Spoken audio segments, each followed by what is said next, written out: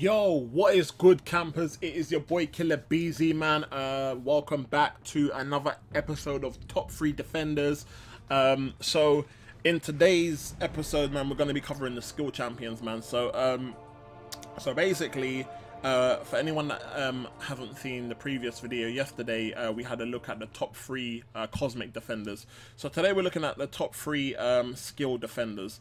Now, number 3, so basically, I think there might have been a little bit of a confusion yesterday, but I'll just break it down. So number 3 is kind of like the third kind of worst, obviously, defender. Then number 2 is the following up, and then number 1 is like the best defender in that category. So obviously, that doesn't necessarily mean number 3 is a rubbish defender just because they're number 3, because obviously there's so many different ones. But I just felt like, you know, with some classes, some classes it's a bit of a struggle to even get 3 decent defenders within that class.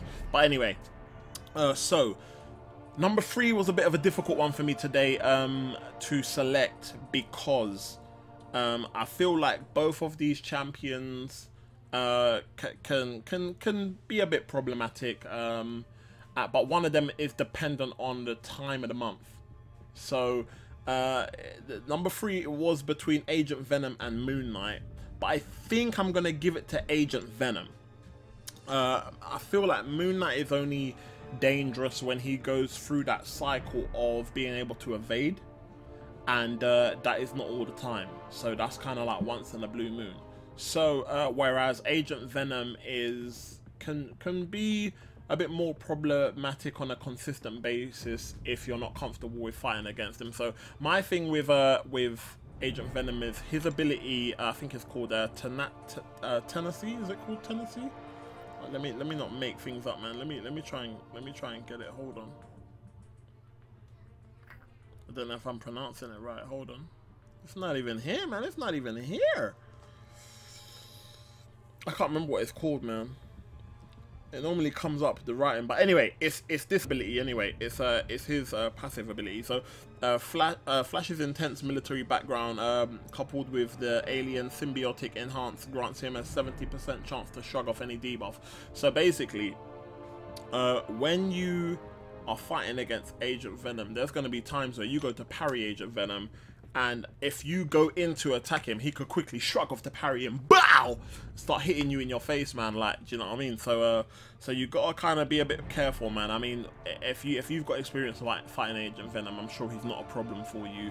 But I feel like, you know, his ability to shrug off debuffs makes him a bit problematic, because I think a lot of people rely on the you know, if your interception skills are not up to scratch, and you rely on parry, that could catch you out quite a few times, man, if you're not being vigilant. So so Agent Venom's gonna be number 3, man.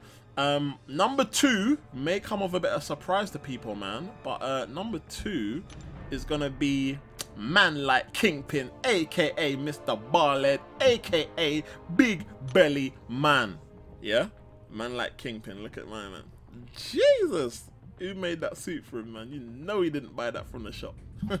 Anyway, man like Kingpin is going to be my number 2, man. I mean, he's got a similar ability to Agent Venom in a sense of like being able to shrug off debuffs. I mean, with Kingpin though, it's a little bit worse, man, because with Kingpin, what happens is he has the ability to convert a debuff into, I think it's a rage, but yeah, into like a rage buff for himself. And then if he reaches a certain amount of rage buffs, he can do all sorts, man. Do you know what I mean? He could become, some of his special attacks can become unstoppable and whatnot. He can become unstoppable. Some of his special attacks can become unblockable. And yeah, bro, he can be a nasty piece of work, man. You don't want that problem, trust me, man. So for me, I think Kingpin had to be number 2, man. Yeah, so Kingpin had to be number 2 for me. So I don't know if you guys would agree, man, but I'll get you guys' thoughts at the end of the video. And number 1, I don't have number 1 in my roster, but I got some friends. We're gonna go over to my boy Contest of Noobs, man.